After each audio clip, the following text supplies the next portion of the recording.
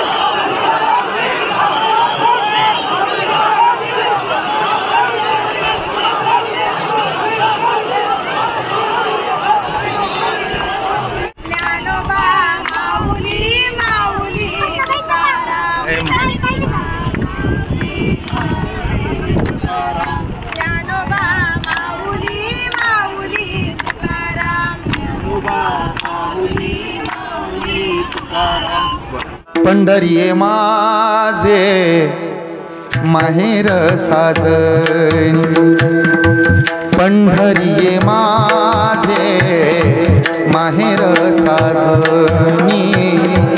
ओविया कांडनी गावो किती, ओविया कांडनी गावो किती।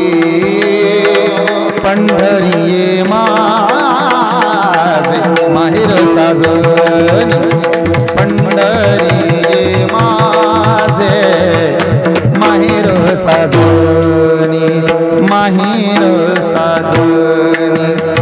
हो पंढरीसी जारी आल्या हो संसारा, हो पंढरीसी जारी आल्या हो संसारा।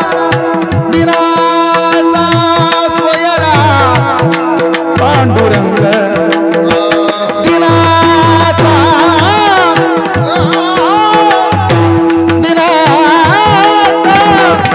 सोयरा पांडुरंग।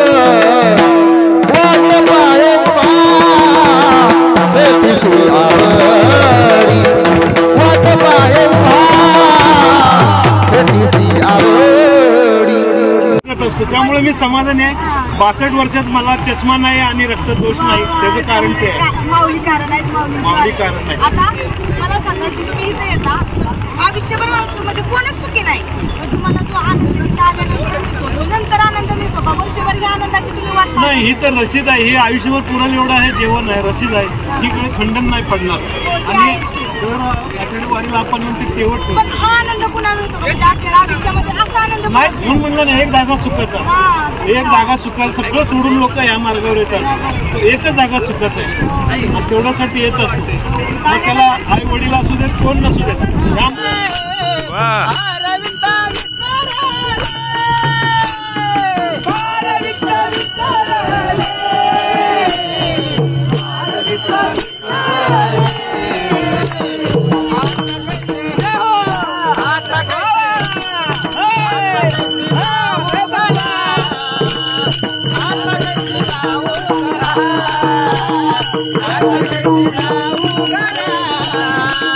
आता कैसे जाऊ घरा।